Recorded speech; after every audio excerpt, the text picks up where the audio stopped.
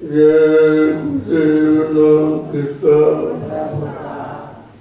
जय गुरुदेव नाम किसका, प्रभु का प्यारा नाम।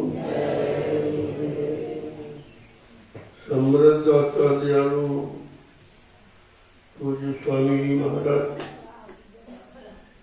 आज के इस प्रातःकालीन लघु सत्संग में सम्मिलित होने वाले समस्त संगीत प्रेमियों, ऐसी घड़ी ऐसे समय जीवों को अपने जीवन में बात कर लेते, जब हम महापुरुषों के अनमोल वचन सुनकर अपने मानव जीवन को धन्य बनाए। ये तो कभी कभी किसी किसी जीव को उनके वचन सदगति प्राप्त करने वाले, जब तक संतों के वचन सुनोगे तो काल माया की दुर्गति से बचोगे। वो सबकी दुर्गति कर रहा, जो आया वो दयानी सबको अपने ही दायरे में रखा, इधर उधर किसी को जाने नहीं दिया। इसलिए कहा काल बड़ा बढ़िया, काल बड़ा जबरदस्त है, जो जिसने जीवों को फंसा के रखा। पहले जीवात्मा आती थी, चली जाती थी शुरू में, क्योंकि कोई कर्म बंधन था नहीं, आती थी जाती थी, आती थी जाती थी। तो काल ने देखा इस पर तो हमारा कोई अधिकार नहीं, अपनी इच्छा से आती जाती।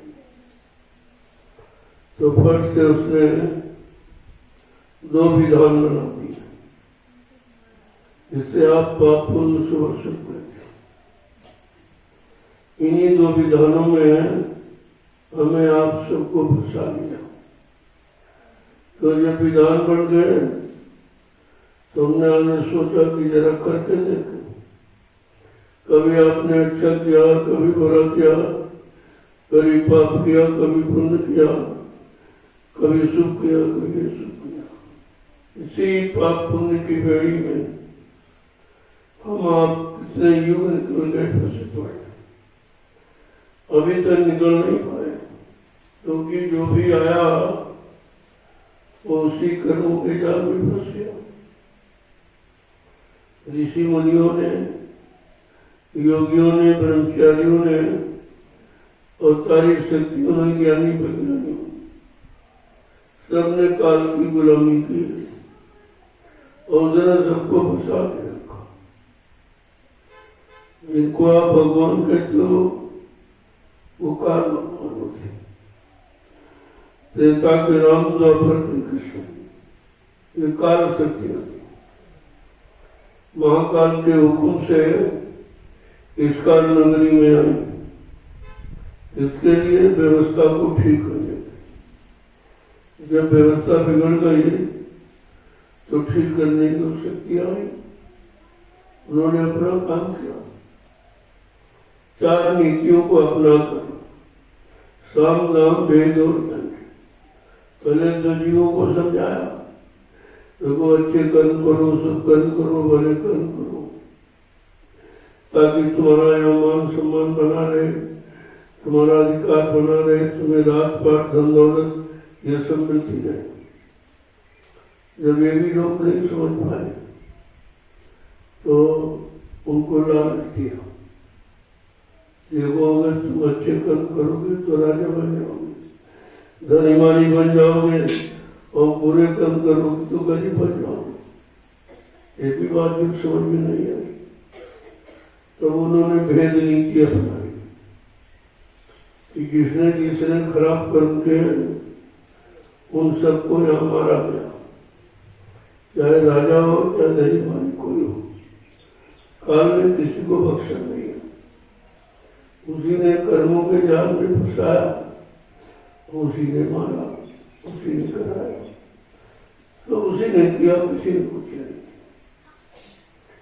यह काल चक्र देखकर संत महापुरुषों को दया आई कि ऐसे तो ये बात तो कभी निकली नहीं पाएगी, क्योंकि काल ने इतना जाने वाला दिया, और जाल से कोई निकल पा नहीं रहा। किसी को मालूम है कि जाल से कैसे निकला है, तो कर्मों के जाल से निकालने के लिए संत महापुरुष आए। उन्होंने बड़ा प्रयास किया, बहुत मेहनत, बहुत परिश्रम की जीवों को जगाने। जो इतना फंसा था भोगों की प्रगाढ़ निद्रा में, बिल्कुल सो रहा था, तो उसको अपने सत्संग बच्चों के द्वारा जीवों को जगाया और सही सत्य रास्ते पर लाके खड़ा किया। देखो, तुम्हारा न ये देश है, न तुम्हारा यहाँ कोई मालिक है, न तुम्हारा यहाँ कोई सामान है। ये सब काल भगवान ने दिया है, इसके लिए तुमको यहाँ रहने के लिए, और रहोगे नहीं तो उसका देश नहीं चलेगा। अपने देश को चलाने के लिए एक काल ने आपको सामान यानी शरीर दिया, और शरीर के लिए आपने जो जो बनाया, जमीन, दुकान, मकान और धन दौलत, रुपए, पैसे और पत्नी, बाल बच्चे, यही सब काल का। इसमें आपका कुछ नहीं, कभी तो आपके साथ नहीं जाता। अगर तुम्हारा होता तुम्हारे साथ जाता, लेकिन हम लोग भूल भरम में गए। ये भूल भरम उसी ने डाली काल। इसको किसी तरह की जानकारी न होने दो, ये निकल जाएगा हमारे चंगुल से। तो उसने इतनी भूल भलैया में आपको डाल दिया कि समझ नहीं दिया। तब संतों को आना पड़ा कि चलो जीवों को समझा। काल अगर डरता है तो संत महापुरुष और किसी से नहीं डरता। कोई यज्ञियां शक्तियां, कोई अवतार फवतार उसका कुछ नहीं कर सकते। केवल संत महापुरुषों से उसे डरना था, क्योंकि वो दया देव से आते हैं और दया करने आते, दया का भंडार लेके आते। वो डरता इसलिए कि इतनी दया से ये सब जीवों को ले जा सकते। अगर सबको लेकर चले जाएंगे तो हमारा राज्य खत्म हो जाएगा, इसलिए डरता है। तो उनसे डरता, उन पर कुछ उसका जोर नहीं चलता, क्योंकि वो जानता है कि ये बनी धरती पर घुमा दें तो हमारा राज्य खत्म हो जाएगा। लेकिन वो ऐसा करते नहीं, दयालु है तो दया करने आए, ऐसा नहीं करते। लेकिन अपने जीवों को छूटते भी नहीं, अपने जीवों को जगा के ले जाते। तो काल ने कहा सबको, भाई हमको 3 वचन दो, हमारे देश में आए हो, चलो जीवों को जगा के ले जाओ, लेकिन 3 वचन आप दे दीजिए। तुम्हारे देश में आए, अपने जीवों को निकाल कर ले जाएंगे। कहा हाँ ठीक, ले जाओ आप, लेकिन आप जबरदस्ती नहीं करोगे। कि अपनी शक्ति के द्वारा किसी जीव को जबरदस्ती नहीं ले जाओ, क्योंकि संत महापुरुषों के पास हो सकती है कि अपने जीवों को सदैव किसी ऊपर के लोक मंडल में ठहरा कर उसके जितने भी कर्म है उनको अदा करा देंगे और काल को भले भी नहीं पड़ेगा। ऐसी बुद्ध सुरंगे हैं, लेकिन असीम पूर्व होते हुए भी बड़ी सीमा में रहते, सादगी में रहते, उनको कोई पहचान नहीं सकता है और उनकी दया के भंडार को कोई जान नहीं पाता।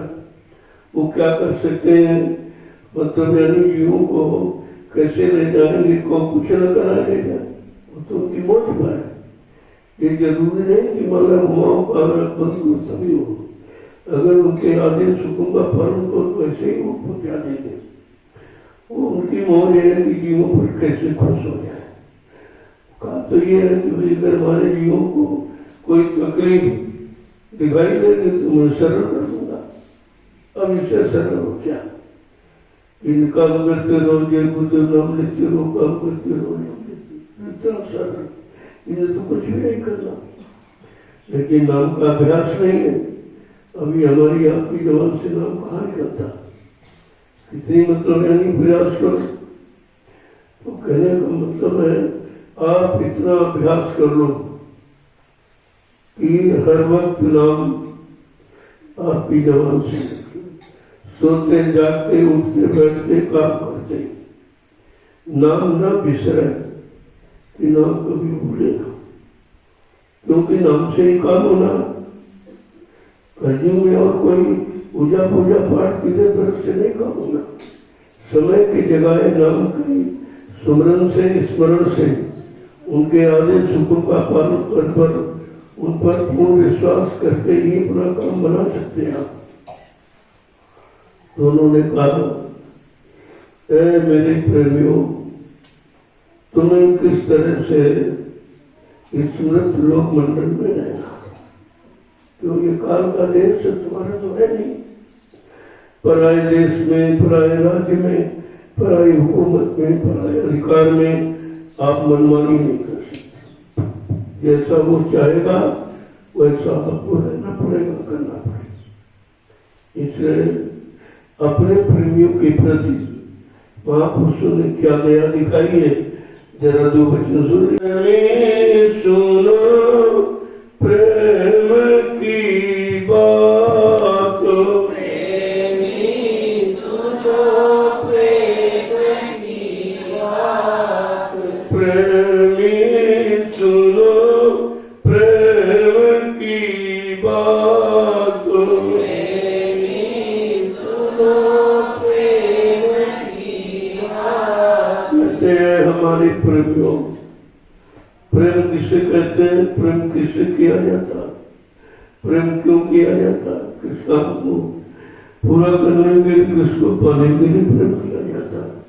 जरा कहते हमारी एक बात सुनो कि सेवा करो प्रेम से गुरु की, सेवा करो प्रेम से गुरु की, सेवा करो प्रेम से गुरु की, सेवा करो प्रेम से गुरु की।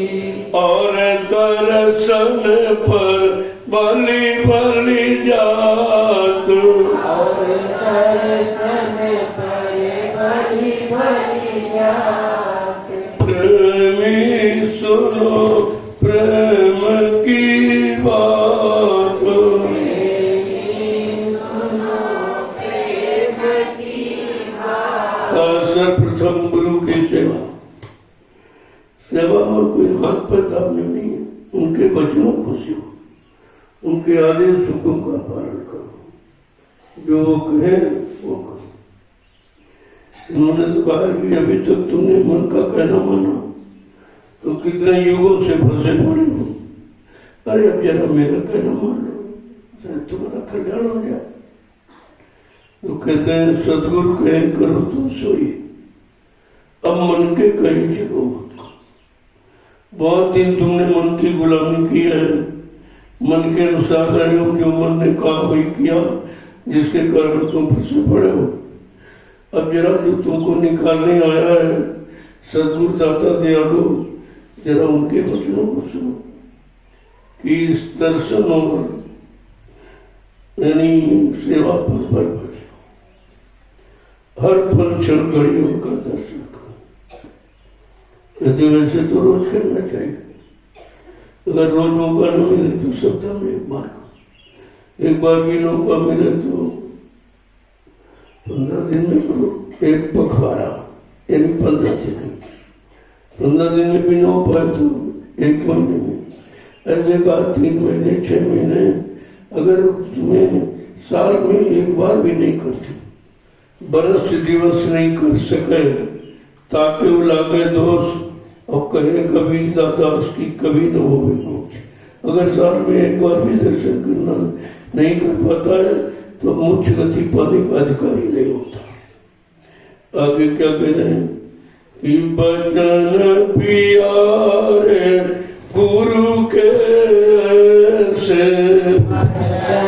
प्यारे गुरु के ऐसे, बचन प्यारे गुरु के ऐसे, बचन प्यारे गुरु के ऐसे, जस माता सुत तो तरी बात, जस माता सुत तो तल बात, प्रेमी सुनो प्रेम की बात, प्रेमी सुनो प्रेम की बात। सदगुरु से बच्चों से इतना प्यार होना चाहिए जैसे माँ अपने बच्चों की तोतली भाषा में बड़ा खुश होती है।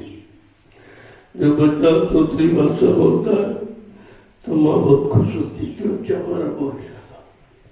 वो ये नहीं, कोई कमी नहीं देखती कि वो बोलने लगा है। ऐसे कैसे गुरु के वचन ऐसे ही प्रिय लगने चाहिए। ये जो भी कहें ये समझो हमारे कल्याण के लिए कह रहे हैं, हमें बचने के लिए कह रहे हैं, हमें निकलने के लिए आए, निकाल के ले जाएंगे। आगे क्या कह रहे हैं कि जस कामी को कामिनी प्यारी, जस कामी को कामिन प्यारी, जस कामिन को कामिनी प्यारी, जस कामी को कामिन प्यारी, अस गुरुमुख को गुरु का गात, अस गुरु मुख को गुरु का गात, प्रेमी सुनो प्रेम की बात, प्रेमी सुनो प्रेम की बात। जैसे संसार में आप फंसे हो, कामी पुरुष कामी स्त्री से प्रेम करता है मगर उसके रह नहीं सकता। इस तरीके से गुरु से आपको प्रेम होना चाहिए। देखो तुम्हारे दुनियावी विचारों से तुम्हें समझा रहे हैं, तुम अध्यात्म तो नहीं समझ, लेकिन जो कर रहे हो उससे तो समझी जाओ। उसी का प्रमाण देते हैं। जैसे कामी पुरुष कामी स्त्री से प्रेम करता है बगैर उसके रह नहीं सकता है, ऐसे गुरुमुखी को अपने गुरु के शरीर से प्रेम करना चाहिए। उनका दरस मिल जाए, उनका स्पर्श मिल जाए, उनकी कोई प्रसादी दे दे बना करके, इस मतलब नहीं। तीन तरीके से लाभ देते हैं। दरस परस मुखमंजन पाना और भी प्रकार सुनबे पुराना, कहते कि दर्शन से स्पर्श से और प्रसादी से सब तरह से वो मदद करते हैं। आगे क्या कह रहे हैं कि खाते पीते चलते फिरते, खाते पीते चलते फिरते, खाते पीते चलते। सदगुरु की वो दया है, लेकिन कब? जब नाम तुम्हारे अंदर प्रवेश कर जाएगा। हमेशा उठते जाते ना भी निकलेगा तो उस नाम निकलने का मतलब तुम्हारा सुमिरन बराबर जारी रहेगा, क्योंकि श्वास तो हमेशा चलती रहती, ये कभी बंद। तो कहते कि दर्दी को भी अंदर सुना, जब कांटा लग जाता निकलता नहीं, वो दर्द अंदर में समा जाता है, 24 घंटे खटकता रहता और आपका ध्यान उसी पर बना रहता है। कब कांटा निकले, कब कांटा निकले, कब कांटा निकले, दर्द खत्म हो, आराम मिल जाए। उसी तरह से का गुरु के वचन आपके अंदर खटकनी चाहिए कि गलत न कहीं हो जाए, उनसे कोई बुरा न हो जाए, कोई पाप कर्म न हो जाए, किसी की हिंसा हत्या न हो जाए। ये बराबर सोचना चाहिए।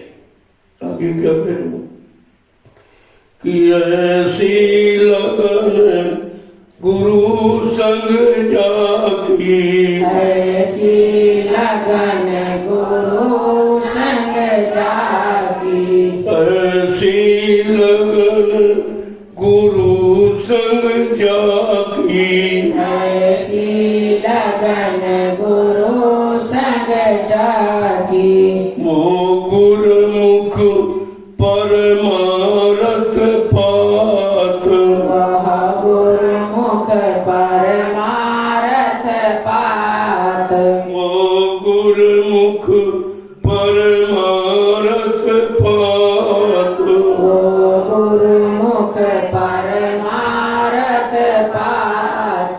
प्रेमी सुनो प्रेम की बात, प्रेमी सुनो प्रेम की बात। बात ऐसी लगन मतलब गुरु के साथ जिसकी लग जाती, उसके अलावा उसे कुछ अच्छा नहीं लगता, न किसी को देखना चाहता न किसी को सुनना चाहता। सुनना चाहता तो गुरु के वचनों को सुनना चाहता। वो जान गया कि इन वचनों से हमारा बचाव हो जाए, काम से, क्रोध से, लोभ से, मोह के जो ये दुश्मन है, ये वार करते रहते हैं, आपके शरीर को नष्ट खराब करते रहते हैं। कहा गुरु के वचन जब आपको याद रहेंगे तो ये तुम्हारे परवाह नहीं कर सकते, ये जबरदस्ती नहीं कर सकते। कहा इस तरह की लगन गुरु के संग जिस गुरुमुखी की हो जाती, वो परमार्थ को प्राप्त कर लेता। आगे क्या कह रहे हैं कि जब लग गुरु प्यारे नहीं ऐसे, जब लग गुरु प्यारे नहीं ऐसे, जब लग गुरु प्यारे नहीं ऐसे, जब लग गुरु प्यारे नहीं ऐसे, तब लग अपनी हिरसी जात, तब लग अपनी हिरसी जात। प्रेमी सुनो प्रेम की बात, प्रेमी सुनो प्रेम की बात। जब लग ऐसी लगन गुरु से नहीं होती, तब तो गुरु की दया नहीं मिलती। दया कोई ऐसे थोड़ी फेंक दी जाती, वो तो जवाब विश्वास। जहाँ संसार में जिस पर विश्वास करते प्रेम करते तो उसके पास जो है बाप को दे देता है। लेकिन ये परमार्थ की प्राप्ति है, तो कहा कि ये जो गुरु से तुम्हारी लगन लग जाएगी, तुमको इतना प्रेम हो जाएगा कि बगैर उनके रह नहीं सकते, बगैर दर्शन के चैन नहीं मिल सकता है, और बगैर वचनों को सुने मन को शांति नहीं मिलती है। अगर ऐसा नहीं हो रहा तब तक हिस्से माने अपना नुकसान समझो कि तुम अपना नुकसान कर रहे हो, अपनी हानि कर रहे हो। आगे क्या कह रहे हैं कि गुर मन मुख फिर किसी का नहीं, किसी का नहीं, मन मुख फिर किसी का नहीं, मन मुख फिर किसी का नहीं। कहो क्यों कर परमारथ पात, कहो क्यों कर परमारथ पात, कहो क्यों कर परमारथ पात, कहो क्यों कर परमारथ पात। प्रेमी सुनो प्रेम की बात, प्रेमी सुनो प्रेम की बात।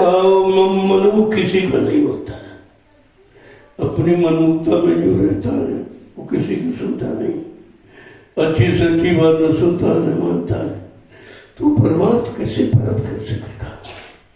इसलिए आप बहुत दिन मनमुखी रहे हो, मन का कहना मानो। अब जरा गुरुमुख की तरफ, गुरु की तरफ मुख करो, गुरु की तरफ देखो, उसके वचनों को सुनो, मतलब यानी उनका दर्शन करो, उनका स्पर्श करो। ये सब तुम्हारा मिल जाए तो आपको शांति हो जाएगी। और तो शांति कहीं जिनका जिनका आपने स्पर्श किया शांति मिली आपको, उसने तो अपने में समेट लिया तुमको और भूखों में लगा कर तुम्हारी शक्ति को बर्बाद कर दिया। इसलिए स्पर्श दर्शन गुरु का, स्पर्श गुरु का, बाकी सब नुकसान देने वाले। जिनको छोड़ोगे तो तुम्हारा जो अच्छाई वो चली जाएगी तुम्हारी। तभी कहा भाई सबसे थोड़ा बच करो, ज्यादा मतलब इनसे प्रेम प्रतीत करने की जरूरत नहीं है, क्योंकि छूने से भी तुम्हारा परमार्थ खत्म होता है, उसको तो आनंद मिलता है। जो 5 नाम का स्मरण करते हैं तो उनका स्पर्श करने से संसारियों को बहुत लाभ मिलता है। तभी तो तुमसे प्रेम करते हैं, तुम्हारा सम्मान करते, तुम्हें सम्मान देते, ये करते वो करते, और तुम समझ नहीं पाते हो कि हमको लूट रहा, हमारा परमार्थ लूट रहा, हमारा परमार्थ छीन रहा है। इसलिए कहा कि संसारियों से थोड़ा बच के रहो। उनको देखो कि तुम नजर से नजर मिलाकर मत देखो, तुम्हारे नजरों में नाम का प्रभाव है, गुरु के दर्शन का, गुरु के स्पर्श का, गुरु के द्वारा दिए नाम का प्रभाव है। और उस प्रभाव तुम्हारा उधर चला जाएगा तो आपका नुकसान हो जाएगा। इसलिए नजर नीचे करो, दुनिया भी को देखो। दुनिया दोनों से अगर पहली बात कोई मतलब ही मत रखो। अगर कोई काम पड़ गया तो नजर से नजर मिलाकर मत देखो, क्योंकि 80% पाप आंख से छिपते, आंख से 80% पाप छिपते हैं। इसलिए इन आंखों को बहुत संभाल के रखो कि जब मिले तो गुरु का दर्शन करो, जब देखो तो गुरु के वचनों को देखो, पढ़ो, गुनो धुनो सुनो। आपको बिल्कुल गुरु के अधीन हो जाना है। जब तुम गुरु के बन जाओगे तो गुरु तुम्हारा बन जाएगा। वही संसार में जिसके आप बनते हो वो तुम्हारी मदद करता है। अब जो उसके पास होता है वो देता है। वो अगर गुरु से प्रेम हो जाए तो फिर वो अपना सारी दया तुम्हें लुटा देते हैं, अपने प्रेम को लुटा देते दया। कहते हैं प्रेम से प्रकट हुए मैं जाना। प्रेम से तो प्रकट हो, जहाँ कहीं चलो ले चलो जाऊंगा, लेकिन रुपए पैसे धन सामान से नहीं जाऊंगा, प्रेम से जाऊंगा। आगे क्या कह रहे हैं कि सतगुरु स्वामी कहे सुनाई, सतगुरु स्वामी कहे सुनाई, सतगुरु स्वामी कहत सुनाई, सतगुरु स्वामी कहत सुनाई। अब सतगुरु का पकड़ो हाथ, अब सतगुरु का पकड़ो हाथ, अब सतगुरु का पकड़ो हाथ, अब सतगुरु का पकड़ो हाथ। प्रेमी सुनो प्रेम की बात, प्रेमी सुनो प्रेम की बात। प्रेमियों को, जीवों को, भक्तों को अपने समझा के कह रहे हैं, बार बार समझा के कहते हैं कि तुम सतगुरु का हाथ पकड़ो। जिनका हाथ पकड़ा उन्होंने तुमको अपने में घसीट के मिला दिया, तुम्हें खराब कर दिया। गंदा तुम गंदे नहीं तो तुम्हें गंदा किया गया। उससे प्रथम गंदगी भोगों की होती है। अगर हाथ पकड़ेगा तो भोगों के लिए पकड़ेगा, कोई अच्छे सच्चे भले काम के लिए नहीं, आपको बिगाड़ने के लिए, आपको खराब करने के लिए, आपके चरित्र को बर्बाद करने के लिए पकड़। जिन्होंने हाथ पकड़ा सबने तुम्हारे चरित्र को बर्बाद किया। और तुम कहते हमारे भी तुम्हारा होता, तुम्हारे चरित्र की रक्षा करता, तुम्हारे चरित्र खराब करता। तभी तो कहा कि यहाँ कोई किसी का नहीं। संतों ने कहा भाई वहाँ यहाँ कोई किसी का नहीं। हम लोग बेचारे संगम करे भाई ऐसे कैसे कोई किसी का नहीं। तब उन्होंने कहा जिसने तुम्हारा हाथ पकड़ा उसने तुमको बिगाड़ा, खराब किया।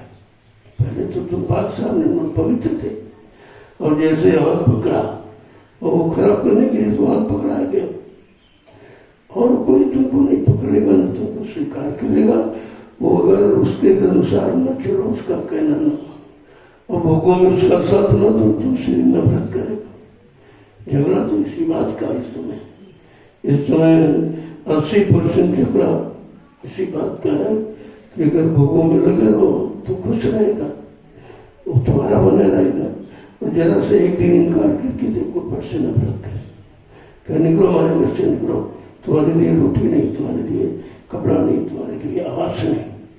तो क्या तुम इसी काम के लिए हमको लाए थे? तुम्हारा हमारे से यही संबंध है, दूसरा कोई संबंध नहीं। हमको बिगाड़ने का तुमने संबंध बनाया, हमको खराब करने का संबंध, ये भी कोई संबंध है? अरे भाई, अगर किसी का हाथ पकड़ो तो सही सच्चे रास्ते पर चलाने के लिए पकड़ो, उसको सुधारने के लिए पकड़ो, कि उसको बर्बाद करने के लिए पकड़ते हो। तो कह रहे हैं कि सतगुरु स्वामी कहत समझाई, बार बार जीवों को समझा के कह रहे हैं अरे भाई संसार में कोई किसी का नहीं। तो एक बार एक महात्मा जी सत्संग कर रहे थे, तो एक गृहस्थी आया बाजार से, तो देखा कि समय कुछ है, हो न हो महात्मा जी के सत्संग को सुन ले, तो बैठ गया, पीछे आगे अपना बैठ गया। उस समय महात्मा जी दृष्टांत एक प्रसंग चला रहे थे कि संसार में कोई किसी का नहीं। अब वो खड़ा हो गया पीछे का, नहीं बिल्कुल झूठा कहते हो, कोई किसी का कैसे नहीं? कहना नहीं बच्चा, कोई किसी का नहीं। अरे हमारी स्त्री बगैर हमारे भोजन नहीं करती, बगैर हमारे रहती नहीं, आप कहते कोई किसी का। कर ठीक ठीक, ऐसा करो तुम हमारे पास कब से आओ, हम तुमको कुछ तुमको इल्म सिखा दें, कुछ ज्ञान करा दें। कर ठीक आऊंगा। आने लगा तो महात्मा जी ने उसको प्राणायाम, प्राणों को खींचकर ब्रह्मांड में रोकना, इधर। तो उसको धीरे धीरे धीरे धीरे साल 2 साल 4-6 साल में इतना अभ्यास करा लिया कि 2-2 3-3 घंटे वो प्राणों को रोक लेता था और शरीर को बिल्कुल निर्जीव कर देता। जब ये काम ठीक था, अब तुम घर जाओ और देखो, तुमको पता चल जाएगा। इसमें क्या पता चला, घर जाओ। तो हो गया, दोपहर में पहुंचा घर, कुंडी खटखटाई तो उसने दरवाजा खोल दिया, लेकिन वो रोटी बना रही थी। तो जाके रसोई पास खड़ा हो गया और बातें करने लगा। महात्मा जी ने जैसा जैसा बताया वैसे कहा, ये करना, ये कहना, ऐसे बात करना, एक बार की नहीं क्रिया करना। तो बात करता रहा, ऊपर रोटी बना दी, एकदम धड़ाम से जमीन पर गिरा और पैरों को ऐसे फैला दिया। वो बेचारी बड़ी चिंता में होगी, अभी तो अच्छे भले आए थे, बात कर रहे थे कि क्या हो गया इनको। तो आस पड़ोस में जो गाँव में जोड़ा था डॉक्टर उनको बोला के ले आए। उनको बेचारों क्या बता प्राणायाम क्या होता है, प्राण को कैसे खींचकर ब्रह्मांड में रखा जाता है, तो उनको क्रिया मालूम नहीं थी। तो उन्होंने अपना वही नाड़ी देख रहे थे, यहाँ देख रहे थे, यहाँ देख रहे, ये सब तुम यहाँ से तो कुछ खत्म था, यहाँ से सुन करके प्राणों को यहाँ ले आया, ये उनको मालूम भाई कहाँ है। तो कहने लगे भी ये तो खत्म हो गए, कल खत्म हो गए, कल अभी तो अच्छे भले आए थे, कहना नहीं इनमें कुछ है नहीं। तो कहा तैयारी करो जल्दी, सूर्यास्त हो जाए तो तुम रात भर रखोगे परेशान।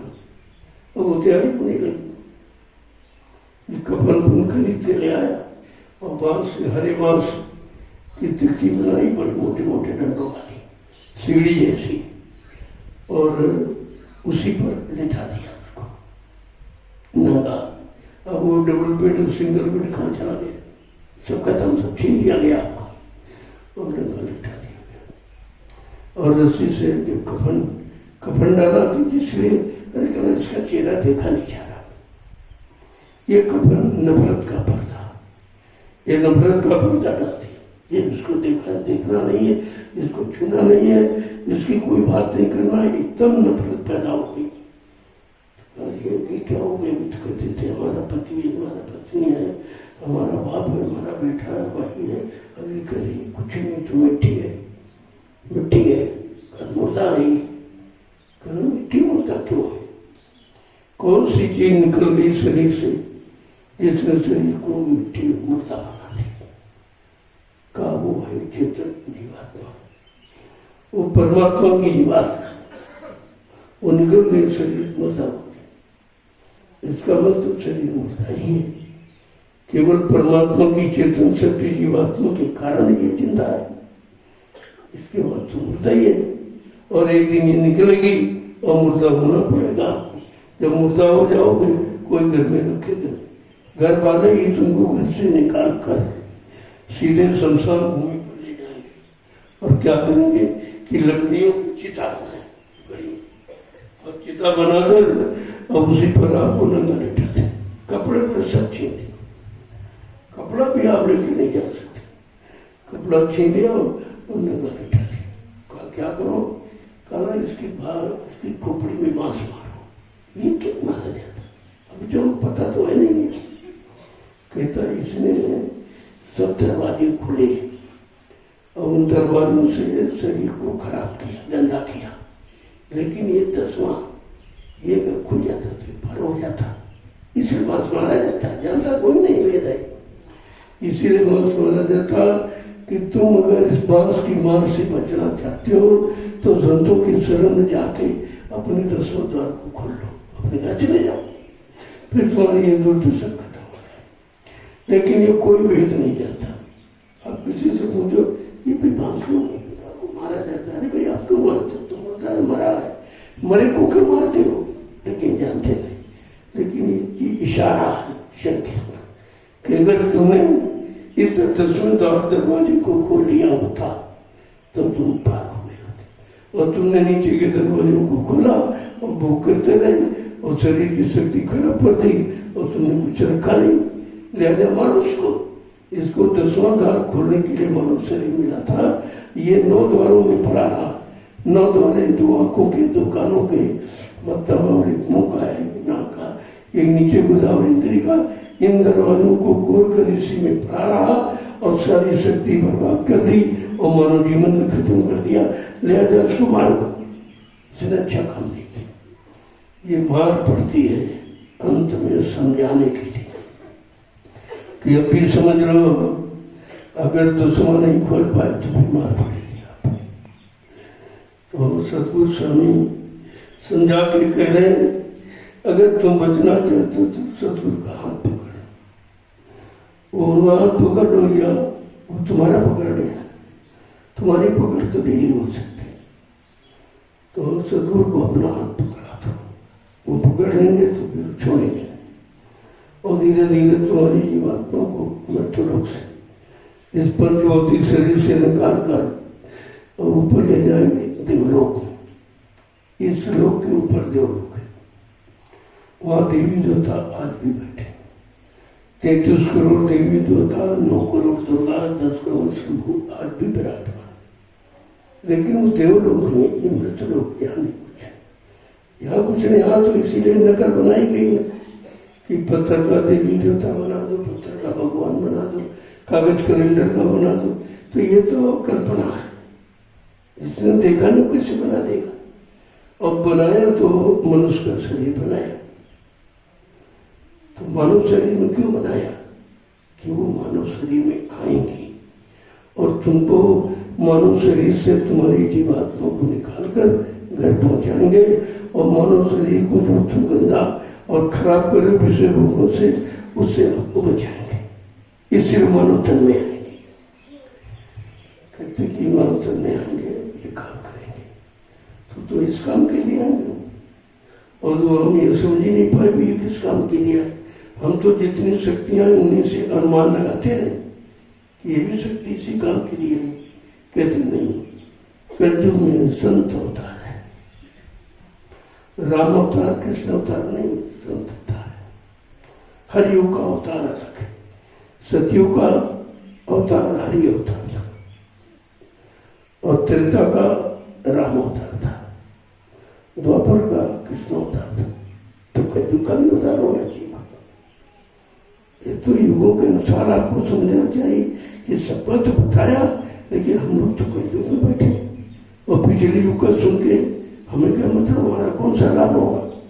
लाभ ये होगा तुम्हें जानकारी मिलेगी कि अगर हर युग में आए तो कलयुग में भी आएंगे। अब कलयुग में कहते तलाश करो भाई, गुरु कोई खोज करो भाई, बिन गुरा कोई नहीं भाई, क्योंकि कलयुग में आएंगे तो गुरु नाम से आएंगे। सतयुग में हरि नाम से आए, त्रेता में राम नाम से आए, द्वापर में कृष्ण नाम से आए और कलयुग में गुरु नाम से आएंगे। और तुम्हारी मदद जो उन युगों के नामों ने काम नहीं किया वो काम करेंगे। शरीर का तो समाज का सुधार तो करेंगे ही, साथ साथ जीवात्माओं का उद्धार करेंगे। ये काम किसी ने नहीं किया, जीवात्माओं का कल्याण किसी ने नहीं किया, क्योंकि अधिकार ये संतों को है। इन शक्तियों को जीवात्मा के कल्याण का अधिकार नहीं है, इसलिए ये अपना कल्याण नहीं कर पाए। जो ब्रह्मा जी ब्रह्मलोक में है सुखानंद उठा रहे, लेकिन अपनी जीवात्मा का कल्याण नहीं कर पा रहे। और भगवान विष्णु विष्णुलोक में अपना सुखानंद उठा रहे, लेकिन जीवात्मा का कल्याण नहीं कर पाए। भगवान शिवलोक में है, तीसरा निष्ठ खुद तो गया, लेकिन आगे का गुरु नहीं मिला, आगे का जानकार नहीं मिला, तो वहीं तक सीमित रह गए। वो भी जीवात्मा वो नहीं घर पहुंचा पाए। और राम जी साकेत रूप में बैठे, आज भी कहीं गए नहीं हो। साकेत रूप में कि जब तक तुम्हारी जीवात्मा संतों के द्वारा जगाए नाम से जगेगी नहीं, तब तक वो किसी रूप में जा नहीं सकती। और जब जाएगी नहीं तो तुम आप पहचानोगे कैसे? वही पहचान जब होती जब किसी के घर जाते हुए नहीं देखे नहीं, तब पता चलता हाँ भाई ये आदमी है। तो बगैर देखे जाने बिन न हो पड़ती थी, और बिन पड़ती तो हो नहीं पड़ती। बिना जाने बिना देखे बिना अनुभव किए किसी से प्रेम नहीं होता तो वो झूठा हो जाता था। तो कहते कि भाई आपको इस तरीके से रहना है, इस तरीके से तो कहा वो कलयुग में आएंगे और वो अपना काम करेंगे। उनको किसी की सहयोग की आवश्यकता नहीं। जैसे राम को सहयोग विश्वामित्र वशिष्ठ ने दिया तब कुछ कर पाए, से नहीं कुछ कर पाते। उनको तो रास्ते में भूने जा रहा था, गुरु ने देखा रे भाई तो फंस जाएंगे, ये तो फंसे जीवों को निकालने आए, खुद ही फंस रहे रात पाठ में। तो फौरन मंत्रा की बुद्धि खराब कर दी। सरस्वती से कहा से करो, इसकी जवान पर बैठ जाओ, इसकी बुद्धि खराब करो। इसके बाद जो कही बहुत मानती है, बहुत विश्वास करती है, तो उसको उसकी बुद्धि खराब कर दी। और वो कहने लगे अरे तुम ये क्या कर रहे हो? राम तुम्हारा बेटा थोड़ी है, तुम्हारा बेटा तो गुलाम रहेगा, नौकर रहेगा और राजा राम बनेगा। तुम ऐसा करो, तुम्हारे 2 वचन महाराज के पास बाकी है, तो महाराज जी से कहो भाई हमारा उन्होंने कहा था कि भाई जिस समय तुम मांग लेना, अब ये समय तुम अपने वचन मांग लो। उसने दिलाया तो हो गई। तुम्हारा नाटक त्रियाचित थोड़ा विचित्र होता है, तो मतलब नहीं उसने तमाम तरह का नाटक बनाया प्रेम का। तो कहने लगे भाई ऐसा क्यों करते हो? तो तुमको इससे भी सबसे ज्यादा चाहते हैं प्रेम करते। कहा क्या प्रेम करते हो? प्रेम करते हो तो हमारे बेटे को तुमने वो समझा ही नहीं। तुमने राम को राजा बनाने का संकल्प में दिया था। तो कहना ऐसा करो, हमारे 2 वचन आप पर बाकी, आप दे दी कहा ले लीजिए भाई, तुम्हारे 2 वचन है। कहा पहला वचन है कि हमारा बेटा भरत राजा बने और राम 14 वर्ष के लिए वनवासी। मैंने कहा ये क्यों कहती? चलो तुम्हारे बेटा को राजा बना दूंगा, लेकिन राम को जंगल के लिए क्यों कहती? वो भी 14 वर्ष के थी। कहना नहीं, तुम हम बच्चों से मुकर रहे हो, तुमने कहा था तो आप पूरा करिए। वही है कि प्राण जाए पर वचन न जाए। तब उन्होंने देखा कि रघुकुल रीति सदा के लिए है। हमारे रघुवंशियों की नीति है कि हम जो जवान दे देते उसको पूरा करते, उसमें अपनी जान मार का कुछ नहीं देखते। तो कहा ठीक है, हमारा वचन है तो हमारा वचन निभाएंगे, लेकिन तुमको पछताना पड़ेगा। कहना वो कुछ नहीं, हमारा बेटा भरत राजा बने, हमको 14 वर्ष का वनवास देते। कहा ठीक है, अब ठीक, लेकिन राम तो बहुत प्रिय थे, तो वो नहीं जानते कि हमारा बेटा अवतार ही सकते, ये नहीं मालूम था। अवतार तुम्हारे घर में हो जाएगा तो तुम नहीं समझ पाओगे तुम्हारा पेट उतारी, क्योंकि जब तक उससे संत महापुरुष काम नहीं करेंगे, वो तो काम की पूजा होती है, कर्मी पूजा, जब वो काम करा देंगे तब लोग जैसे राम को किसी ने भगवान नहीं माना था, कहा तो इसका तो नाम है रामचंद्र, रामचंद्र नाम है और राजा दशरथ का बेटा है और अयोध्या का रहने वाला है, इतना जानते। ये कोई नहीं जानता था भगवान है, अवतारी शक्ति है, ये संतुष्टों का विनाश करने आए, भक्तों की मदद करने आए, कुछ नहीं था। ये कब जाना, जब गुरु मांग के ले गए, जब दुष्टों ने बड़ा अत्याचार करना शुरू किया, महात्माओं से भी टैक्स कर देने लगे और राजा की बुद्धि खराब हो गई। इतना बड़ा ज्ञानी राजा राम, इतना ब्राह्मण कुलीन कोई है नहीं, लेकिन बुद्धि खराब हो गई तो महात्माओं से खून का टैक्स देने लगा। अब मेरे ब्राह्मणों महात्माओं का खून का टैक्स देने लगा तो कहने का मतलब समय खराब आ गया। इतना खराब समय आ गया कि उस खराबी से वो निकल नहीं पाया और अंत में खराबी का परिणाम मृत्यु है, उससे बच नहीं पाया। जब कहते हैं मृत्यु को उसने कंट्रोल नियंत्रण कर लिया था, लेकिन जब कर्म प्रधान है तो कर्म अगर खराब करोगे तो तुम्हारा वरदान समाप्त हो जाएगा। जो वरदान जो शक्ति आपको मिली है वो शुभ काम के करने के लिए मिली, अशुभ काम के लिए नहीं मिली।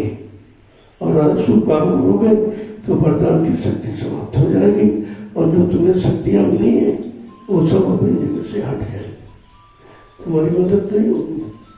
तो देखिए जब उसने अत्याचार, अनाचार, पापाचार, भ्रष्टाचार शुरू किया तो फिर सारी शक्तियां शरीर से निकल गई। सबने अपना हाथ हटा लिया, अरे भाई शक्ति इसलिए थोड़ी है, वो तो अच्छे काम करने के लिए मिली थी और तुम बुरे काम में लगाना चाहते, लेते रह शक्ति भी शरीर से हट गई, चली गई। और जब खाली हो गया तो मारा गया, तो मारा गया।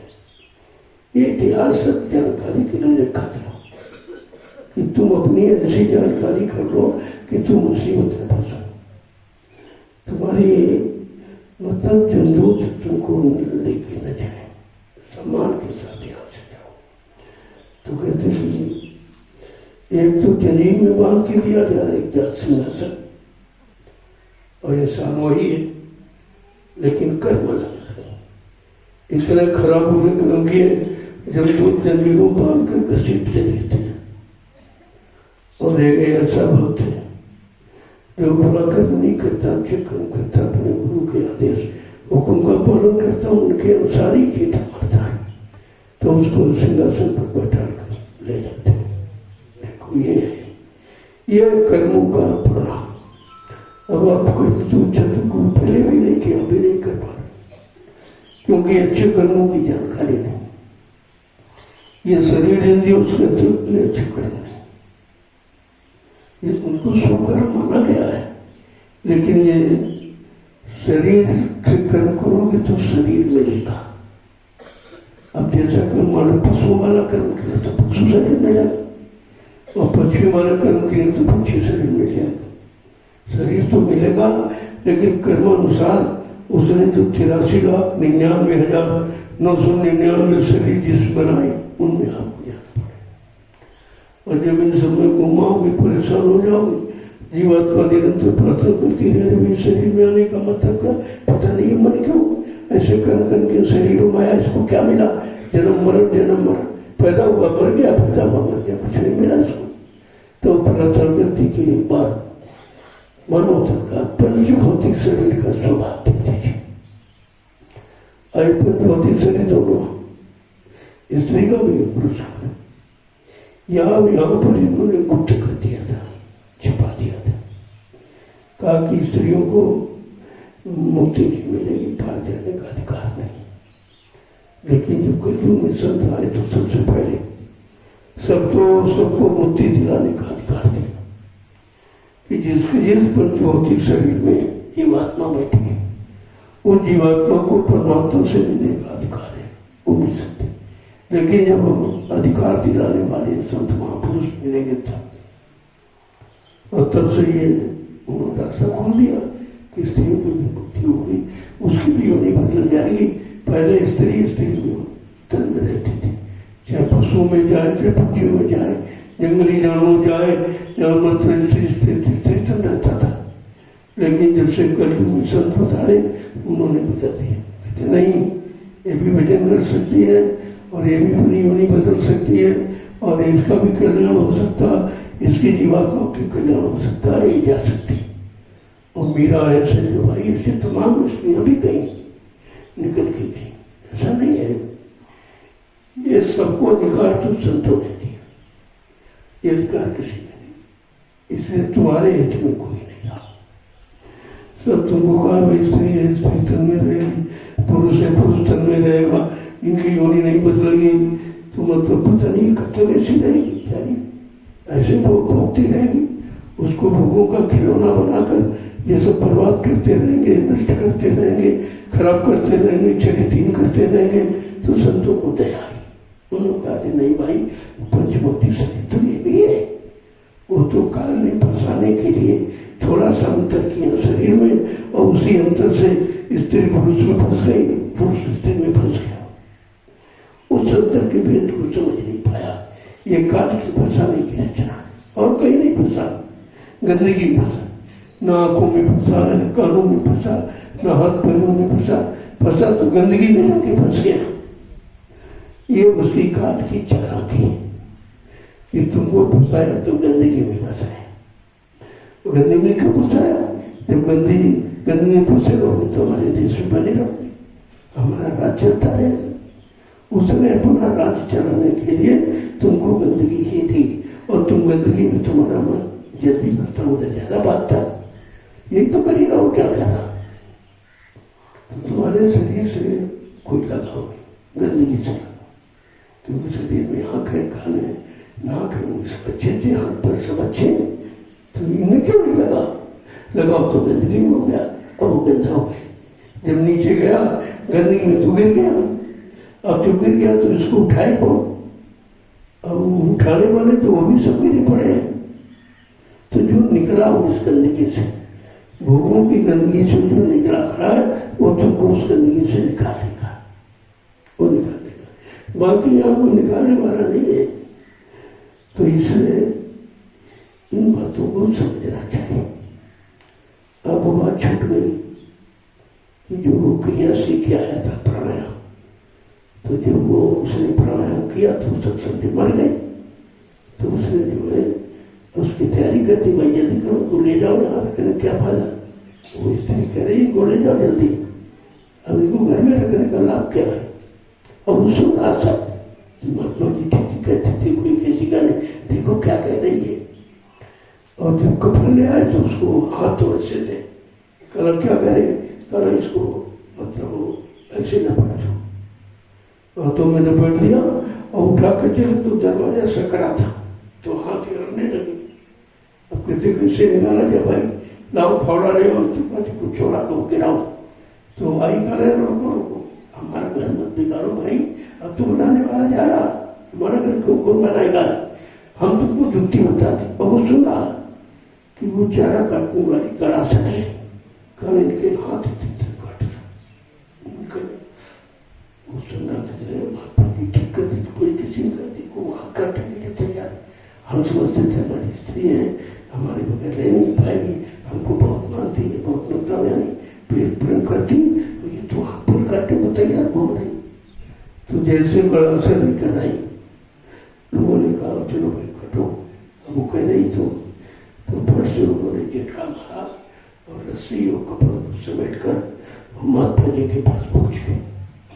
कल महाराज आप बिल्कुल ठीक कहा। अरे कल क्या हो? कल बिल्कुल आपने ठीक कहा, वो सच्चा गाने बताओ तो।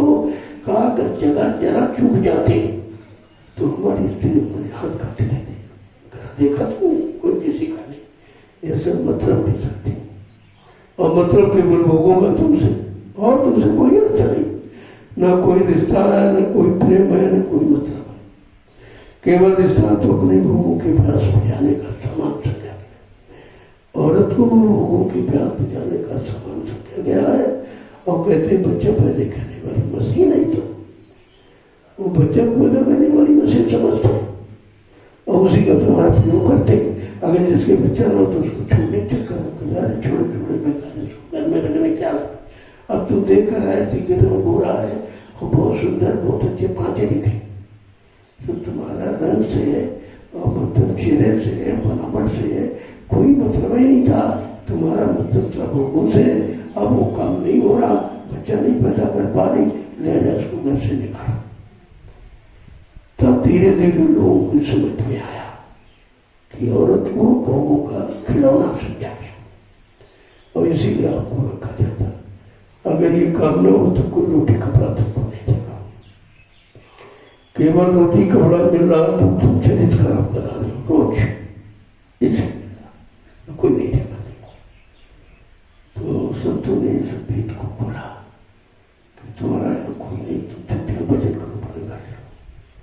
ये हमेशा के लिए तुम्हारा रोना धोना, हमेशा के लिए भोगों का खिलौना जो बनाया गया, ये सब तुम्हारा काम खत्म हो जाए और तुम भजन करके अपने घर चलो। यहाँ रहने की जरूरत नहीं, ये रहने वाला है ही नहीं। तब धीरे धीरे जीवों की समझ में आया कि संत महापुरुष हमारे हितैषी हैं, हमारे सचिंतक हैं, हमारे रहनुमा हैं, जो हमको ये भोगों की गंदगी से निकालने के लिए आए और हमारी जीवात्मा को जगह के घर पहुंचाने आए। ये हमारे सच्चे संत। तब का संगी साथी गुरु को लेना और भेद इन्हीं का जाना है और सूरत सत्य का साधन करके अपने घर चढ़ जाना है। फंसना नहीं, देश बिराना है। एकदम खोल दिया, ये देश पराया है, बिराना है, तुम्हारा नहीं है। इतना तुम फंसना मत और तुमको लोग भूखों में फंसा करके तुम्हारी शक्ति खराब करते शरीर की। इस रात को कहाँ जी उसने पाया और सबको उसी में फंसाया गया। इसके अलावा और कहीं नहीं, आप फंसे गंदगी में फंसे पड़े हो, निकल नहीं पा रहे। तो कहते कि तुम्हारा असली काम क्या था? तन नगरी में सूरत बसी है, इसको यार छुड़ाना है, फंसना नहीं, देश बिराना। इतन शरीर रूपी नगरी में जीवात्मा फंसी पड़ी, कहा बस इसको निकाल के घर पहुंचाना है। इसलिए मानव तन मिला है। मानव तन का मतलब कोई अच्छे बच्चे पैदा करना थोड़ी है, अपना काम बनाना है।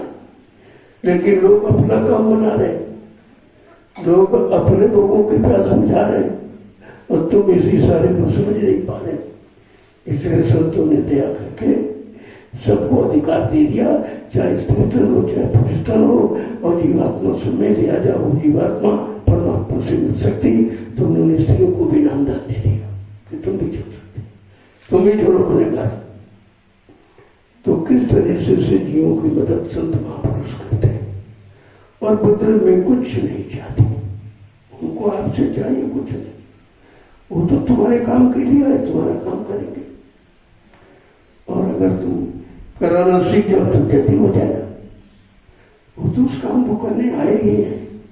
अब तुम ये विश्वास कैसे करो कि हमारे काम के लिए आए, हमको ठीक करने आए, हमारे मन की गंदगी को खत्म करने आए, हमको पाक साफ निर्मल पवित्र बनाने आए और हमको घर पहुंचाने आए। अगर ये यही तो जानकारी करना है। सत्संग तो इसी बात का है कि ये जानकारी जीवों को मिल जाए और इनका काम हो जाए। जय गुरुदेव, जय गुरुदेव, जय गुरुदेव, जय गुरुदेव। नाम किसका? प्रभु का। जय गुरुदेव। नाम किसका? प्रभु का। प्रभु का प्यारा नाम। अब आप लोग खड़े हो जाओ, वो बहुत देर से बैठे हो। देखो, सुनो कम, गुनो ज्यादा। जब सुन के गुनोगे, गुणन मनन करोगे, चिंतन करोगे, विचार करोगे, तो आप इस तथ्य को पूछोगे, ये सत्संग सुनाने का मतलब क्या? क्यों सुना रहे? वो सुना रहे हैं तुमको, तुम्हारे मन को सुना रहे कि ये मन तो कहाँ फंसा पड़ा, निकल अपने घर चल। तेरा भी ये घर नहीं और जीवात्मा उसके तेरा भी घर नहीं। तुम दोनों मुसाफिर हो, अब दोनों चलो हम तुमको तुम्हारे घर पहुंचा देंगे, मन को तृप्ति धाम पहुंचा देंगे, वहां तू राजकमल हो। और कहते हैं हम पहुंचे सतगुरु दरबार, और जीवात्मा को सतगुरु दरबार पहुंचा देंगे। दोनों अपने अपने घर पहुंच जाएंगे और शांति मिल जाएगी। इस काम के लिए महापुरुष आए। जय गुरुदेव, जोर से बोलो, सब मिल बोलो, बोलना होगा, अभी से बोलो, दुख दर्द हरेंगे, सब कष्ट मिटेंगे, सुख शांति भी देंगे, सबके दाता, सबके मालिक। प्रेम से बोलो, ये नाम नहीं इंसान का, ये काम नहीं इंसान का। इन बच्चों को ध्यान में रखना चाहिए कि अब काम तुम्हारा किसी इंसान से नहीं हो। कोई इंसान भगवान नहीं, कोई इंसान तुम्हारी जीवात्मा को परमात्मा से नहीं मिला सकता। कोई ज्ञानी ध्यानी विज्ञानी, कोई राष्ट्रपति मुख्यमंत्री प्रधानमंत्री थोड़ी जीवात्मा को मिलाएगा परमात्मा। वो तो संत महापुरुष जो जीवात्मा के देश से आते हैं, जहाँ की जीवात्मा रहने वाली वहीं से आते हैं। और इसलिए कि इसको इसके घर पहुंचा दो तो इसका रोना धोना हमेशा के लिए खत्म हो जाए। ये मृत्यु लोग तो रोने धोने का, जन्म मरण का, पाप पुण्य करने का, इन्हीं कर्मों में फंसा कर आपका ये मानव जीवन खत्म हो, फिर दोबारा मिलेगा नहीं। इसलिए वो बहकाया भरमाया करता, पूरे कर्मों की तरफ ज्यादा उत्सुकता आप में पैदा करता कि जो बुरे कर्म करेगा तो यही रहेगा, यही रहेगा तो हमारा राज चलेगा।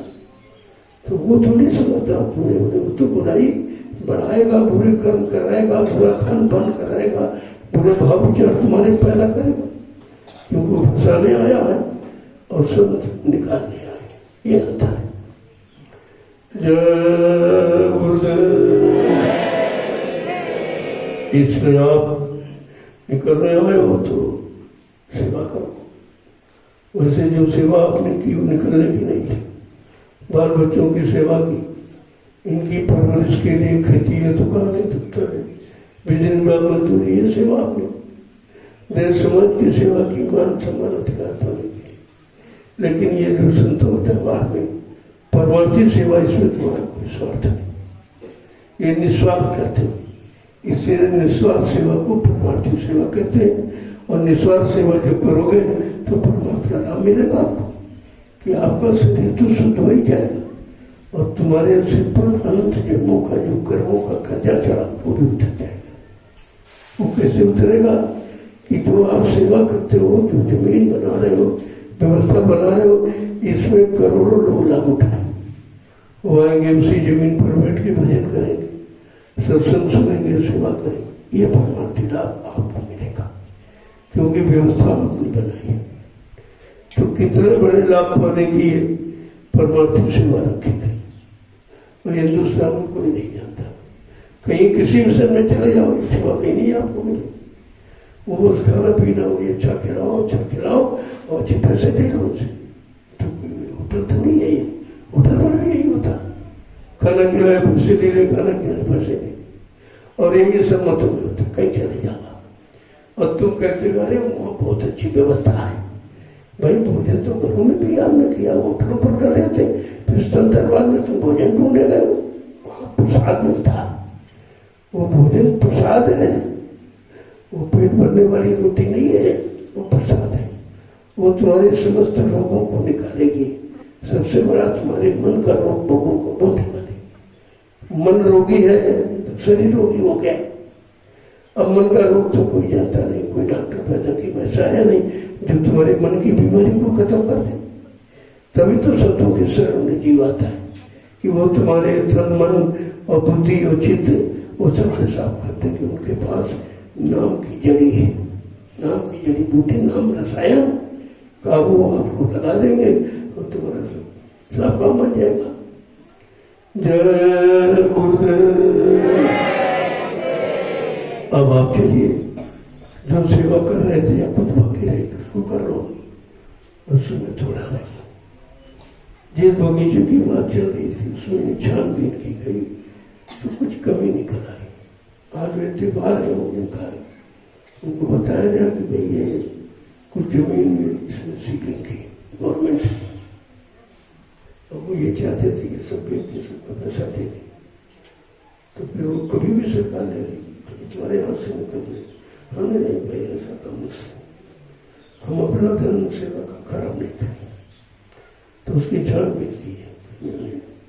उनको ये बता दिया जाएगा कि जितनी तुम्हारी है उतनी ले सकते हैं, बाकी जो सरकार से उसको निकाल दीजिए, आप जो मंदिर मस्जिद है उसको निकाल दीजिए, या और कोई भाई का तुम्हारा हिस्सा तो उसको निकाल दीजिए, बाकी जो बचे उसकी आवृत्ति करा दीजिए, तो ठीक है। अब देखो वहीं क्या होता है, लेकिन हम तो समझिए कि ठीक नहीं, तो ठीक नहीं है, इसमें विवाद है। क्योंकि मुसलमानों में बहुत बच्चे कई शादियाँ करते हैं और बच्चे पैदा करते रहते हैं, वो सब उसमें हिस्सेदार बन जाते हैं। बड़ा विचित्र रहा है। जगह तो बहुत अच्छी थी, दो रोडों के बीच में मेन हाईवे पर बगीचा है, बहुत अच्छी जगह। लेकिन वहाँ के कुछ लोगों ने बताया कि कई बार जमीन को लोग देखने आए और बयाना दे के चले गए।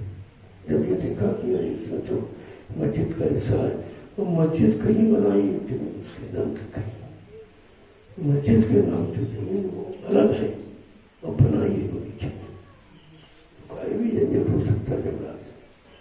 तुमने कहा भाई सेवा देकर जबरा थोड़ी खरीदेंगे, देखा जा रहा था क्या होता है, आए हैं सब लोग जाएंगे बात करेंगे, नहीं तो हमने बगीचा कहा तो बगीचा तो लेंगे तो सब लोग ले लेंगे, जरूरत थोड़ी वही थी, क्योंकि बगीचे का वचन अगर दिया गया तो उसे पूरा किया जाएगा। जय गुरुदेव। अब आप सेवा में जाओ, तुम अपना काम करो, जैसा की बात है होगा तो हो जाएगा, उसमें क्या, जहाँ होना होगा वहीं होगा।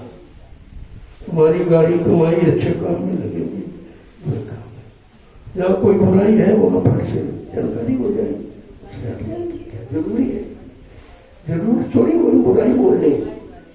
अरे बहुत बगीचे तमाम लोग पहले से हमसे कर रहे हैं, ले लो देखें कि हमारे रास्ते पर कौन है, जहाँ प्रेमी आ जा सके, प्रेमी रहेंगे उनको आने जाने की सुविधा हो, और थोड़ा आसपास ज्यादा दूरी हो।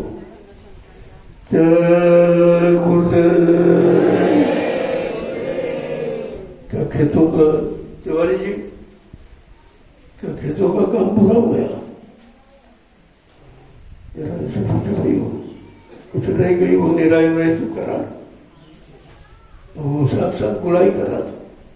देखो 4 जुताई 1 गुड़ाई बराबर होती, जुताई भी तमाम जगह छूटती, पहले जो बैलों से जुताई होती उसमें नहीं छूटती थी। अब ट्रैक्टर के जो फाड़ होते हैं उनके बीच में कितनी, एक बार ऐसे गया एक बार ऐसे गया तो चौकी कट गई। वो चौकी जैसी काट देता, हाथ मिट्टी हटा के देखो आधा खेत जुतेगा आधा छूट जाएगा। इसलिए वो फावड़े का या खुरपी से निराई करो, ये ठीक।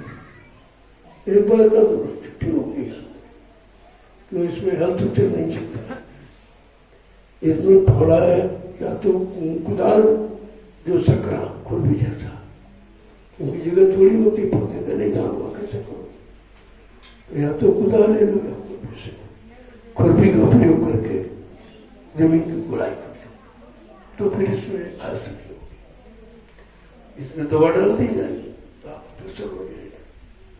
ये सब काम जल्दी से हो जाए, क्योंकि ज्यादा समय मूंगफली का नहीं काम, सब लग चुकी, नीचे पौधा उखाड़ के देखा गया, छोटे छोटे सब लग गए। अब उनको बढ़ना शुरू है तो खाते दी जाएंगी, पानी लगा दिया जाए, बढ़ जाएगी।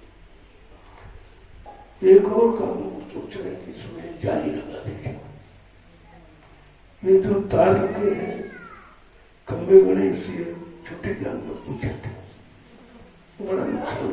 एक स्याही है, वो सारी मूंगफली खो डालती, आलू भी खो डालती, वो तो बहुत नुकसान करती, वो तो घुस जाएगी।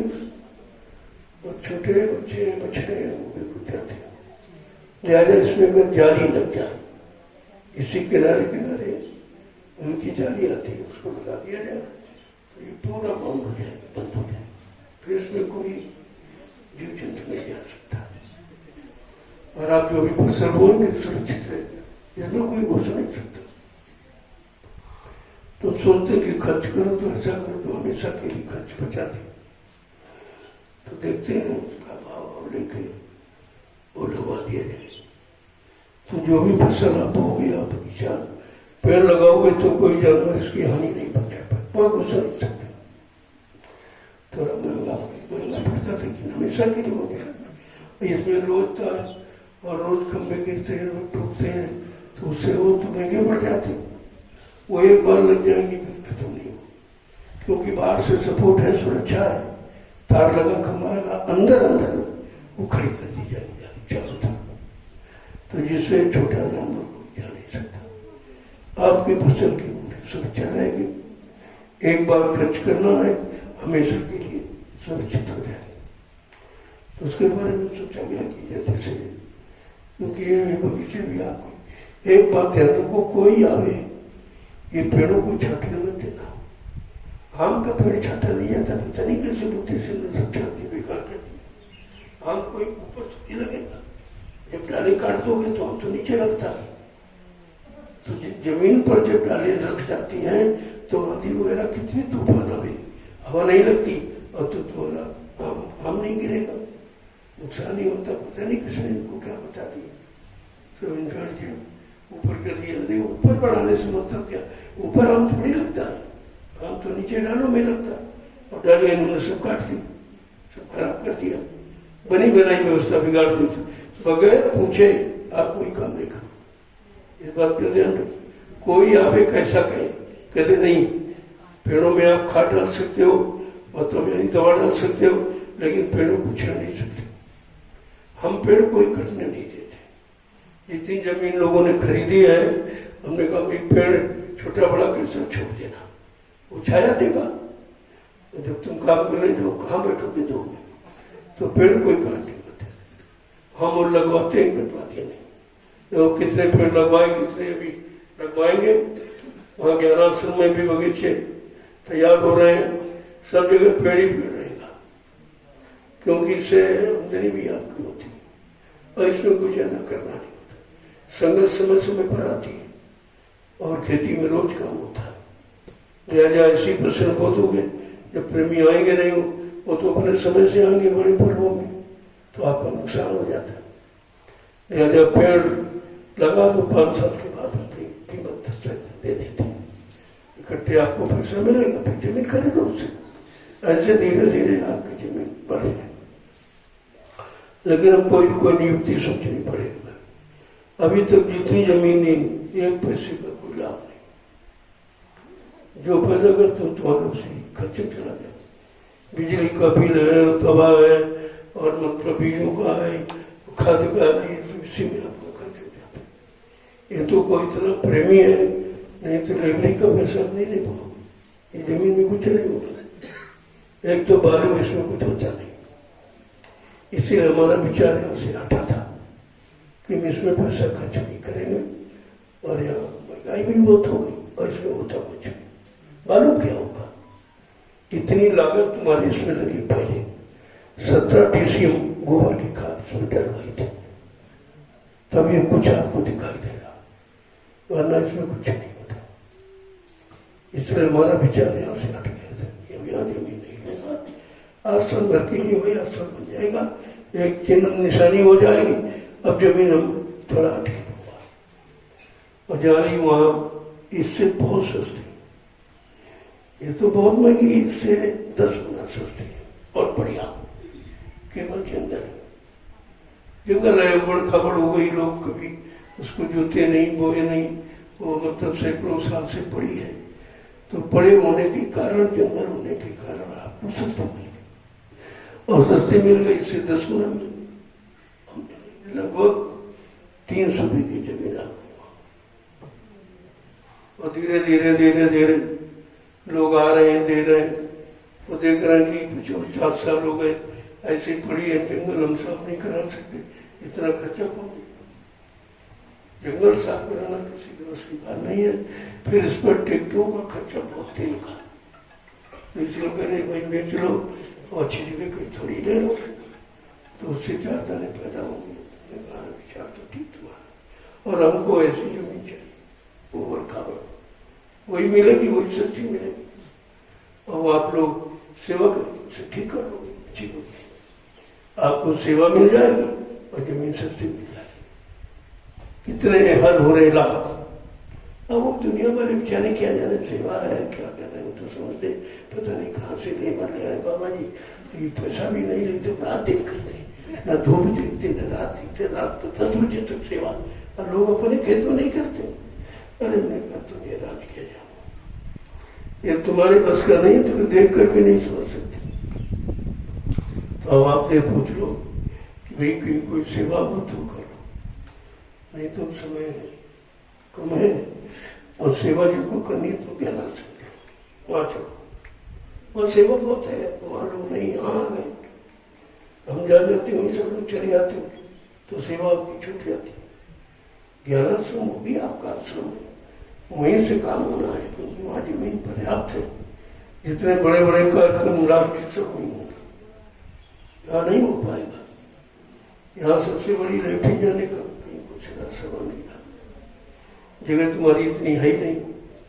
अगर भंडारे लगवा दिए जाते पूरी जमीन भंडारे में चली जाएगी, और वो आपका सत्संग स्थल में चला जाएगा, फिर आप कहाँ जाएंगे, कहाँ नहाएंगे, सोएंगे कहाँ, जैसे मैदान जाएंगे, तो दिक्कत है ना।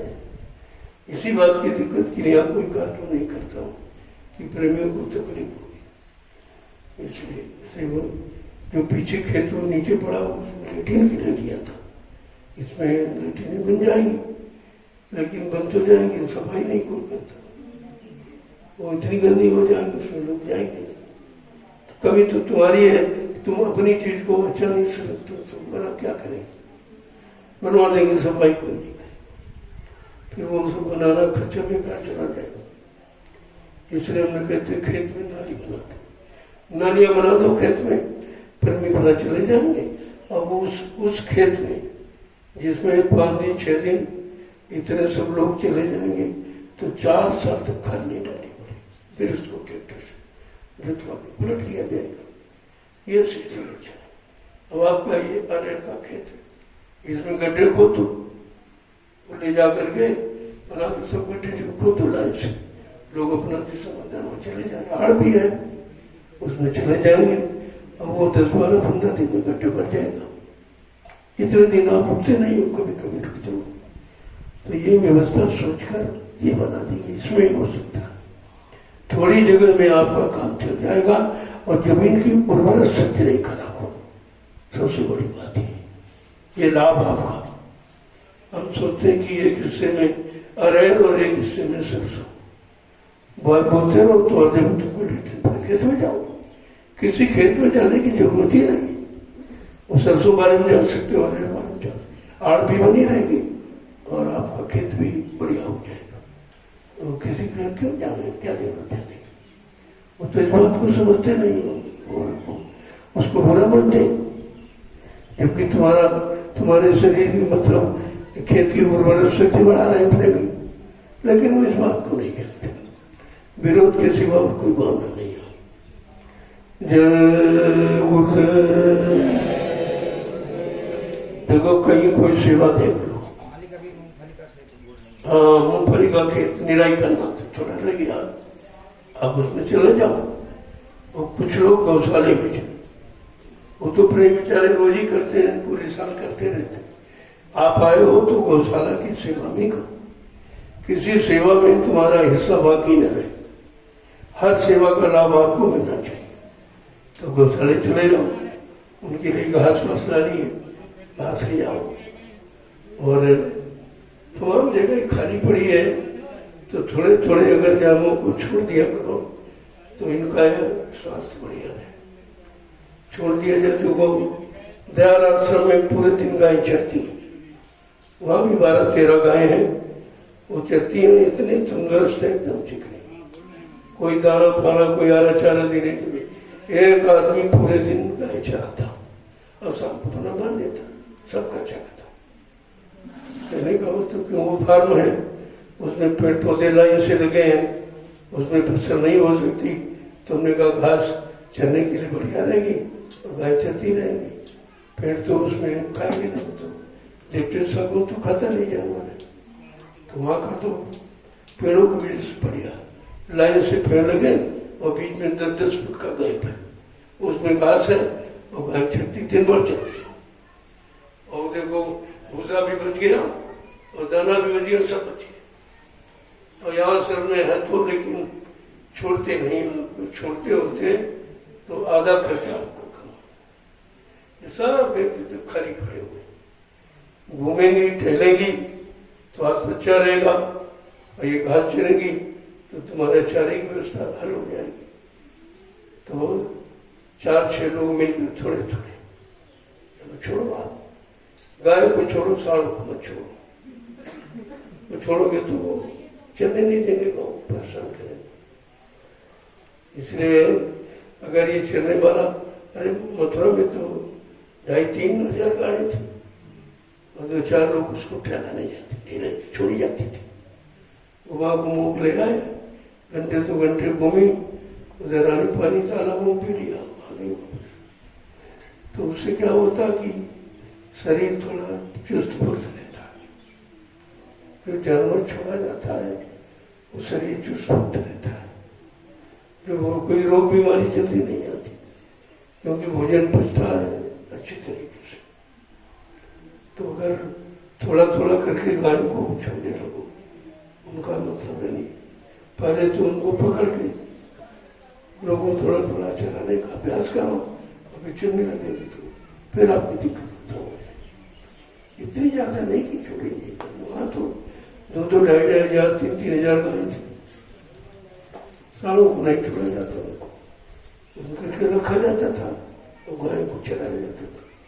और तो हम देखते तुम कुछ करते नहीं हो, ये गायों की सेवा सरल है, इसमें कुछ आपको करना नहीं है, और उनके साथ साथ तो तुम भी ठहरोगे, तुम्हारा भी ठहरना हो जाएगा, तुम्हारी भी एक्सरसाइज हो जाएगी, तो लाभ है इसमें, ऐसा नहीं है। तो तुम यानी देखो रो उधर, तो थोड़ी थोड़ी गाय निकाला करो, उनकी बाहर निकलने की आदत बन जाएगी, फिर वो चलने लगेगी, आपको तुम नहीं करेगी। पहले जब मैं यहाँ था तो कुछ दिन छोड़ जाती थी, सब कुछ खाली थे, चलती रहती थी, बात शाम को अपना बांध लेते थे, और बीच में बिल्कुल ही बंद कर दिया। आप लोग कहते बहुत ज्यादा भोजन, ने कहा बीच में ज्यादा नहीं है, मथुरा में तो 2,500-3 हजार गाय थे, तुम्हारे पास तो 50 ही हुई, 100 भी नहीं हो पाई। इनको जो उसमें से सारों बच्चों को नहीं छोड़ना, गाय को ले जाओ और छोड़कर देखो कि शाम तक 250-300 ग्राम दूध बढ़ जाएगा एक ही दिन। इतना चलने फिरने से मतलब दूध स्वच्छ होता है और बढ़ जाता है, दूध आपका बढ़ जाएगा, करके तो आप देखिए, पता चल जाए। तो कुछ लोग गौशाले में चले जाए, जरा सफाई भैंस की कर दें और बनाने का काम, और गन्ने वाले खेत में उड़ाई नहीं, आपका गन्ना देखो छोटा छोटा रहेगा, न इसमें गोड़ा है, न पानी लगा, न खाटा है। तब इसको गुड़ाई हो जाए और खाद पड़ जाए तो भी तो 2-2.5 महीने करने के लिए तो बढ़ जाएगा काम। ये बढ़ता बहुत है, बहुत मुलायम तो बढ़ता है, और इसीलिए गिर जाता था। तो अब की बार वाला गिरने का भी सवाल है, अब जब खाद देना लोग बहुत तेजी से बढ़ेगा। अब समय तो कोई कम है, अब अगर भंडारा मतलब समय आ गया दिसंबर में, तो गन्ना कट के सब प्रसाद में चला जाए, मूंगफली पुत के सब प्रसाद में हो जाएगा। परमी प्रसाद मांगते हैं कि भाई अपने फार्म का, अपनी खेती का, अपनी जमीन का प्रसाद मिल जाए, घर ले जाएगा, तुमको गन्ना दे दी जाती, ये अच्छा रहता है। हजार बाजार से ले जाना ये ठीक है। अपनी सेवा देता तो 2 लाभ है, एक तो प्रसाद मिल जाता और जो सेवा देते वो जमीन खरीदने में आपकी लगा दी जाती, वो सेवा का इधर उधर खर्च नहीं की जाती, जमीन से फसल मिली और जमीन में ही लगा दिया गया पैसा, खाद के लिए दे दिया, बिजली के बिल में लगा, मतलब उसी में आपकी लग जाती है जिससे आपको फसल मिलती है। तो इसलिए कहा भाई फ्री मत लेना, कुछ देख लेना ताकि तुम्हारी सेवा भी लग जाए और तुमको प्रसाद भी मिल जाए। गन्ना दूसरे से बीमारी बहुत आती, बहुत तरह तरह की बीमारियां खत्म होती। तो दिसंबर में बताया जाएगा आपको भंडारे पर, वहां भी बहुत गन्ना मिल पाया आपके बार। अब की बार प्रसाद की कमी नहीं, 40 दिन भी होती, वहां करीब 30-35 बीघे गन्ना ही गन्ना करा, और बहुत अच्छा है क्योंकि पहली बार बोया गया, वो जंगल था, पता नहीं पत्तियां कब तक सड़ती रही होंगी, तो खादी सब वहां है, तो वहां भी हमने गन्ना बहुत बोया।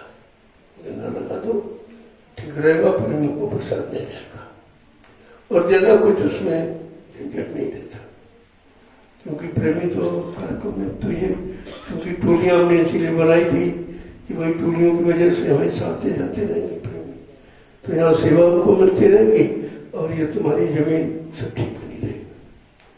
जय गुरुदेव।